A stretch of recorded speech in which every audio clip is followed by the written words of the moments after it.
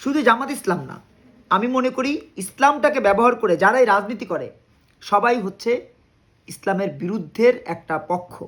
ইসলামের বিরুদ্ধের একটা পক্ষ এই কারণে বলছি যে রাসূল সাল্লাল্লাহু আলাইহি ওয়াসাল্লামের যে ইসলাম, সেই ইসলামটা শৌখিনতার ছিল না, এসি গাড়ির ছিল না, এসি বাড়ির ছিল না, ঘরে 167 ভরি স্বর্ণের প্রক্রিয়া ছিল না।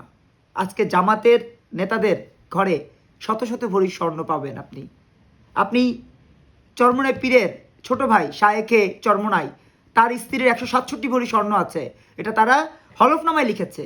জামাত, ইসলামী শাসনতন্ত্র আন্দোলন, খেলাফত মজলিস, ইসলামী ঐক্যজোট, টোটাল যে পলিটিক্যাল পার্টিগুলো আছে ইসলামকে ব্যবহার করে করছে, প্রতিটা পলিটিক্যাল পার্টি ইসলামের বিরুদ্ধে অবস্থান করছে। এবং জনগণের উদ্দেশ্যে আমার একটা বক্তব্য থাকবে, সেটা যারাই ইসলামকে ব্যবহার করে রাজনীতি করবে মনে রাখবেন তারা ইসলামের অনুশাসন না মেনেই রাজনীতিটা করছে।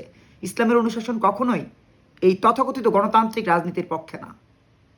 ইসলামের অনুশাসন যদি আপনি মানেন তাহলে আপনাকে ইসলাম ধারণ করতে হবে, ইসলাম লালন করতে হবে এবং ঘরে ঘরে ইসলামকে প্রতিষ্ঠিত করতে হবে।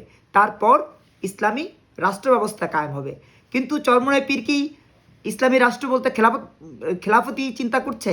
তিনি গণতান্ত্রিক চিন্তাটা তো ইসলামের বিরুদ্ধে। তো গণতান্ত্রিক চিন্তা যদি ইসলামের বিরুদ্ধে হয়, সেই গণতান্ত্রিক চিন্তা যারা রাজনীতিটা করছে সবাই ইসলামের বিপক্ষে। সেটা জামাত ইসলাম হোক, সেটা চরমনাই পীরের ইসলামী আন্দোলন হোক, সেটা খেলাফত মজলিস হোক, সেটা ইসলামী ঐক্যজোট হোক, সবাই। আমরা বলতে চাই গণতান্ত্রিক ওয়েতে রাজনৈতিক কাঠামো বাংলাদেশে চলছে গত 54 বছর। এই প্রক্রিয়াটা যদি আপনারা কোনোভাবে সমূলে উৎখাত করতে চান, উৎপাটন করতে চান, তাহলে আপনাদেরকে প্রকৃত ইসলাম ক্যারি করতে হবে। প্রকৃত ইসলাম কি ক্যারি করা সম্ভব বাংলাদেশের প্রেক্ষাপটে? যদি সম্ভব হয় তাহলে কেন 167 ভরি স্বর্ণ শায়েখে চরমনের স্ত্রীর?